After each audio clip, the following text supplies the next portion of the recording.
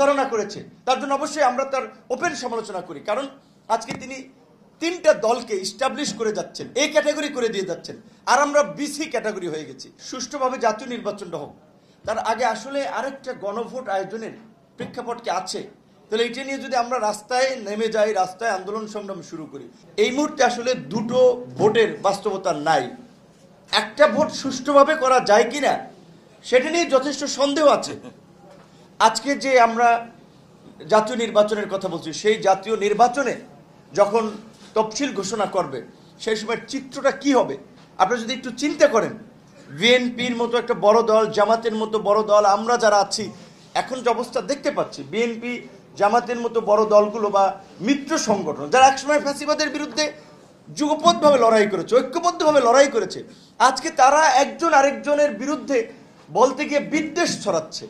এমনকি শুধু বিদ্বেষটা, সেই পুরানো বলা চলে আওয়ামী বয়ানের অনেক কথাবার্তা আমরা প্রতিষ্ঠিত করে দিচ্ছি আমাদের কথাবার্তার মাধ্যমে। তাহলে আমাদের মিত্রদের মধ্যে যদি এই ধরনের একটা বিভাজন এবং বিভেদ থাকে, তাহলে নির্বাচন বানচাল করার জন্য কিংবা ফ্যাসিবাদকে ফিরে আসার জন্য অন্যদের তো লাগবে না। এই পুরো প্রশাসনের সেটআপ তো আগের সেটআপ। এমনকি আপনার এই জনপ্রশাসন থেকে শুরু করে মন্ত্রী পরিষদ বিভাগে যাদেরকে নেওয়া হয়েছে, যাদের প্রশাসনের সাথে সম্পৃক্ততা নাই, 10 থেকে 15 বছর আগে তারা রিটায়ার্ড করেছে। 10-15 বছর একটি হিউজ গ্যাপ। তারা তো তাদের সহকর্মীদের পালসই জানে না, সেন্টিমেন্টই জানে না। জনপ্রশাসন আমরা দেখেছি, ক্যাবিনেটে আমরা দেখেছি এই সমস্ত লোকদেরকে বসানো হয়েছে। রেইনবো অ্যাক্রোপ্লাস্টে অ্যাক্রিলিক এমালশন থাকায় মুছে ফেলা যায় যে কোনো দাগ সহজেই। Rainbow paints, colour of joy. তো তারা কিভাবে প্রশাসন সেটআপ করবে বলেন তো? তাহলে এই যে দুটো নির্বাচন, অনেকে আমাদের সহকর্মী নাহিদ যেটা বলেছিল, আমরা সংস্কারের একটা মুভ, সেটাকে অনেকে ইন্টেনশনালি অন্যদিকে নিয়ে গেছে। যে এখন আমরা বলছি যে মনে করি যে সুষ্ঠুভাবে জাতীয় নির্বাচনটা হোক, তার আগে আসলে আরেকটা গণভোট আয়োজনের প্রেক্ষাপট কি আছে?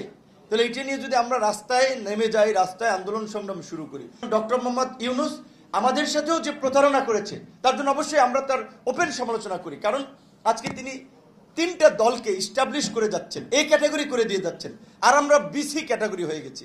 মানে এখানে বিএনপি একাধিকবার রাষ্ট্র পরিচালনা করেছে, তাদের পরামর্শ সরকার নিতে পারে যে কোনো সময়, তাদের সাথে বসতে পারে। কিন্তু জামাত এনসিপি কে কোন ক্যাটাগরিতে তারা তিনটা দল হিসেবে ইস্টাবলিশ করে এই ক্যাটাগরি করে যাচ্ছে? এটি কি ডক্টর ইউনূস পারেন? বরঞ্চ ডক্টর ইউনূসকে যখন এই 1 তলা থেকে 8 তলা লিফটে শেখ হাসিনা হেঁটে হেঁটে উঠাচ্ছিলেন, আমরা প্রতিবাদ করেছি।